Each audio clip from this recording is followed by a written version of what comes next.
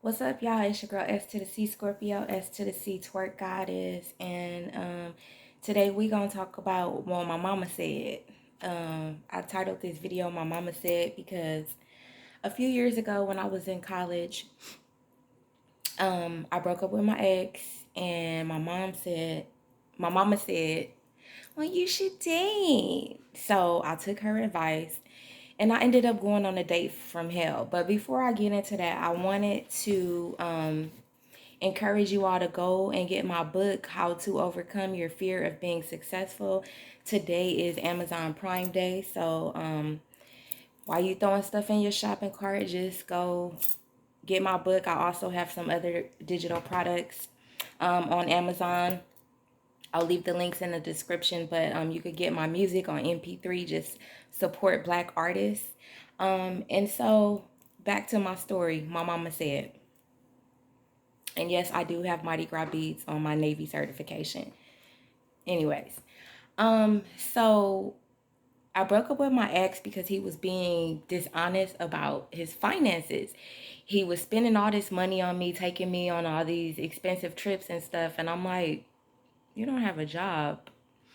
And one of our deal breakers was if he was a D boy, I wasn't going to be with him because I don't want to be under investigation. And come to find out, there were detectives at the restaurants sitting next to us and different stuff like that. So I didn't want to be involved in that. I didn't want no parts of it. And so he was dishonest about, how he was getting his money. And so when I found out, I broke up with him. And then when I broke up with him, my mom is like, well, you should date, without giving me any tips on how to date, without telling me what to look for, without, telling me what type of guys I should date. She just said, well, you should date. So I started dating. And, I met this guy. I had been talking to him for a while.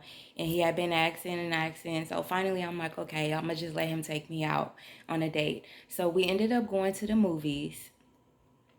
And what's interesting is that my family did not want to meet this guy at all.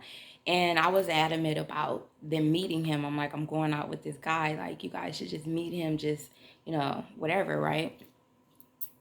And later in the story, you'll find out why that was important.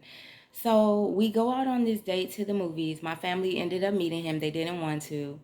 But they did anyway. And so we go to the movie theater. It was an evening show, so the movie may have started, I think it was like a 9 or 10 o'clock p.m. showing. And so I'll never forget, the movie was The Jackal. I believe Jack Nicholson was in that movie, but I'm not sure. But you could look that up. It was a movie in the 90s, The Jackal. And so we go to the movies.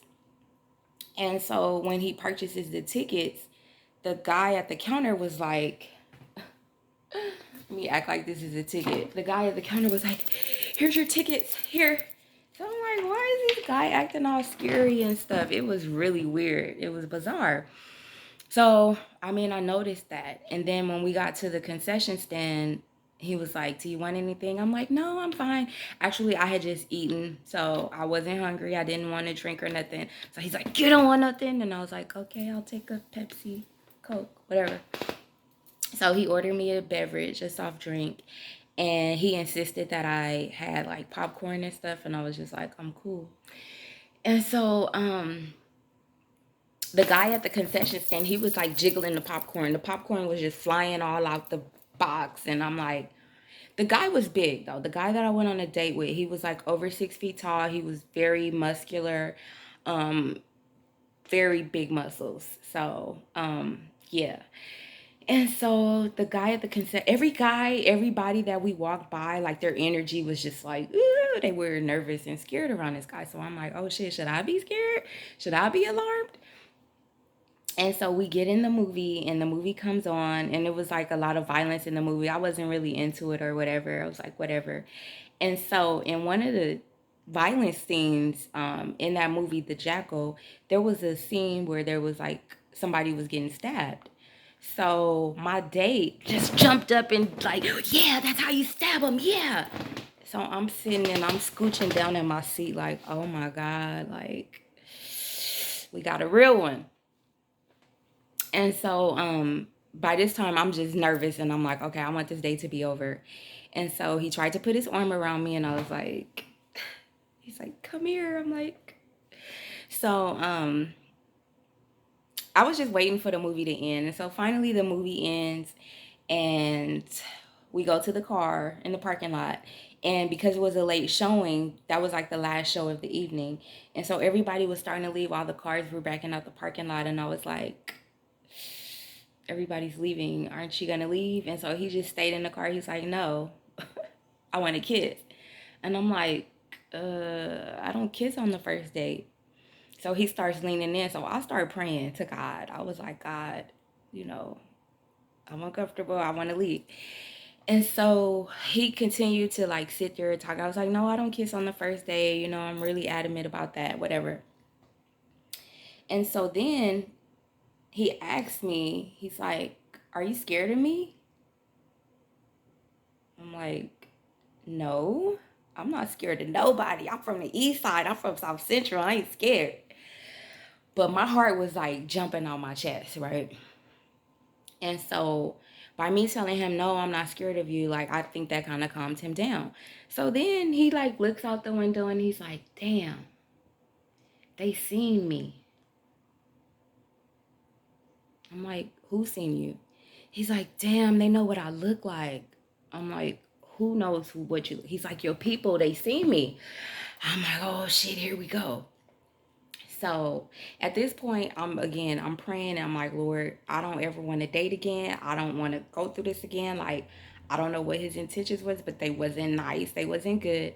So eventually he took me home and I ran in the house and I cried and I will never forget this story. So I just wanted to share it with y'all because I shared it with somebody recently about dating, you know, like the safeties of dating. And as a woman, you do need to be careful and you do need to know who you're dating. And it's always good to allow someone to see the person that you're dating. Like, and then right now, today, you know, fast forward 2022, you know, they have speed dating and all this type of stuff where you don't know who you're meeting. And a lot of these online profiles, they could be fake or, you know, whatever, catfishing, different things like that. So I just wanted to share my story on what my mama said, because sometimes, you know, people have good intentions when they give you advice and they tell you things to do, but you don't necessarily have to take heed to their advice. You could listen and see what you could pull away from it or whatever. But my mama said go on a date, and it didn't work for me. You know, maybe it worked for my sisters. It didn't work for me. So just be careful when you receive advice or suggestions on what you need to do with your life, especially when it comes to dating, because it's kind of sketchy out here these days. So yeah, I just wanted to tell y'all that.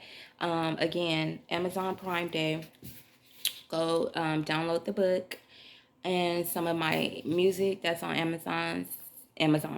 Thank you all for tuning in. I love you. Shout out all my Eastside babies, and we out.